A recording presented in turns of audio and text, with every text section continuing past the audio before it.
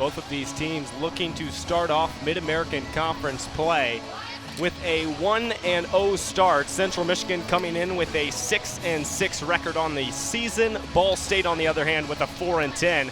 As we take a look at Kelly Miller, the first-year head coach for the Ball State Cardinals.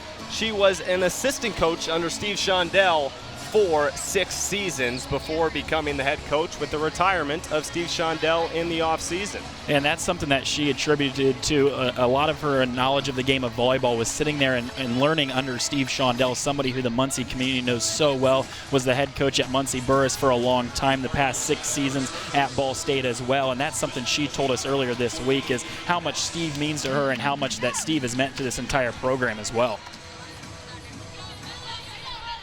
And we are ready for first serve. It's Hannah Smith back for the Ball State Cardinals.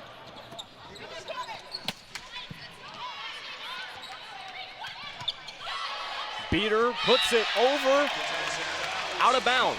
Cardinals lead 1-0. And that was a great attack there in the middle by Emily Holland. It was a quick set from Amber Seaman right in the middle, and she went strong off the chest of the defender. Both of these teams, Central Michigan trying to prove something in the Mid-American Conference, but on the other hand, Kelly Miller is really just trying to improve on what Steve Shondell built in this Ball State Cardinals program. And you would think it would be tough taking over for a coach like Steve Shondell, but really the adjustment that Kelly Miller has made, it hasn't been too difficult, and that's because, as we mentioned, she was on the coaching staff for 6 years prior. The ladies on this team already know her really well. Katia Sanchez able to get the kill, and now back to serve for Central Michigan. The senior setter transferred from Iowa Western Community College after her sophomore year. Ball State struggles with passing off the get, and Central Michigan picks up the point. And that was just one of those where Mangapora couldn't really adjust to the pass that Seaman had there, was a little bit too far wide. Taking a look at Mike Golick, the Central Michigan Chippewas first-year head coach, and he has tough shoes to fill as well. Different situations between both of these coaches, but Mike Golick, on the other hand, some violations. Eric Olson, the head coach for Central Michigan last season, was suspended on October 6th of 2015. They had an interim head coach for the rest of the season. That was Teresa Beckman. And Mike Golick was hired in the offseason. A bit of a different situation and a tough situation to overcome. I think it's a lot different of a situation. Yes, he's still a first-year head coach, but I don't think he has quite the expectations of what Kelly Miller has at Ball State because of just who he's having to take over for. It's not Steve Shondell.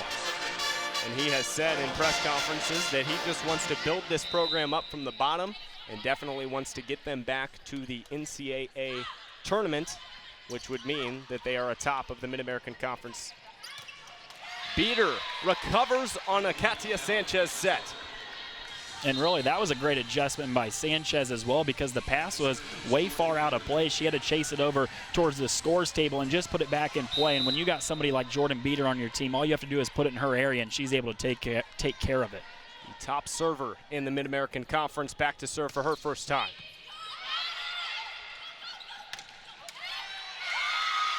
The block at the net makes it 5-2. The Chippewas out to an early lead. And Cory, I think the most aggressive team tonight is going to be the team that comes away with it. You see Central Michigan at the net right here, sends multiple blockers towards the net, and that's how they end up with the point. Beater, not the hardest server, but has 21 aces on the year, which leads the Mid-American Conference. Sanchez bump to Beater. Good save. Seaman to Magnapora for the kill. And a great recovery there. It all started with a diving save there by Brooklyn Goodsell on the near side, and then Mangapora was able to split 2 defenders with it to give Ball State the side out.